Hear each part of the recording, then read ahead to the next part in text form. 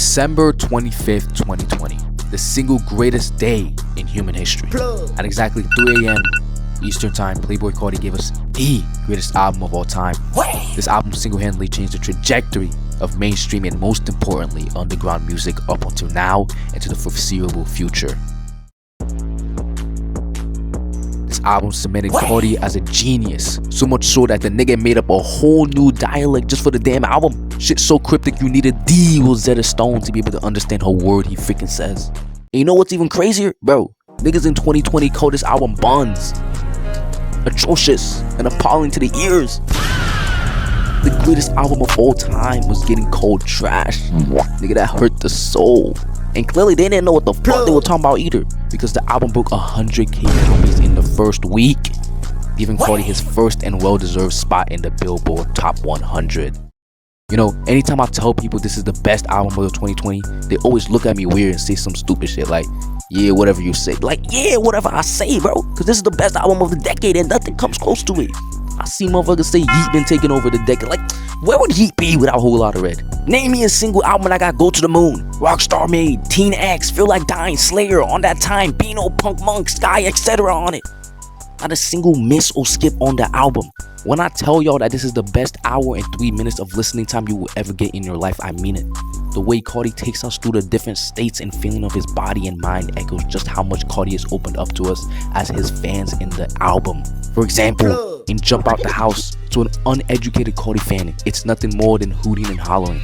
But to an educated Cartian like myself, Carti is expressing his emotions about being on top of the world and having everything he could ever wish for. He raps about SRTs and how silent they are because he didn't even care for it in the first place. He just bought it to show himself how far he's come from being at the bottom to the top. And in doing so, never had a chance to hear the engine rev. Man, it's just so beautiful. Another example would be On That Time. Carti raps about the struggles he faced growing up and how ultimately he had to pick up a DRSCO, and how he felt like a king amongst mere men, going so far to the point of taking his DRSCO to his ops and eventually leaving him in the cement when he's eventually done, showing that the life's to riches is more than the fame and glory many believe it to be. Carti shows so much emotion on this album that you can't help but relate, whether a little, to some of his struggles he shows in it. And at the end of the day, that's what an album should do. It's supposed to make us, the listener, feel with the artist. And that is an art Carti has been perfecting and mastering throughout self-titled, Dilate, and accumulating into his perfected form in Whole Lotta Red.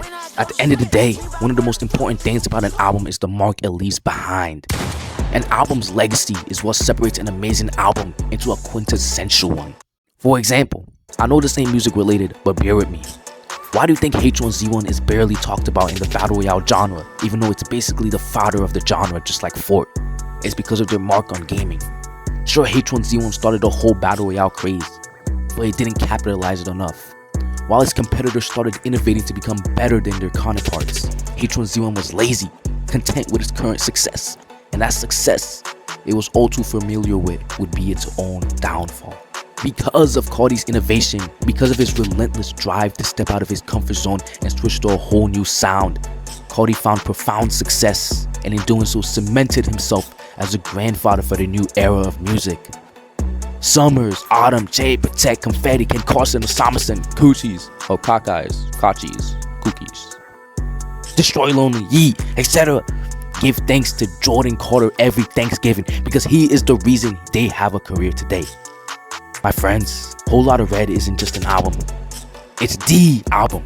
Philosophers and historians in the future in times of need will look back on this magnificent album and find every single piece of detail they need for the current situation, because at the end of the day, Jordan Carter is a genius.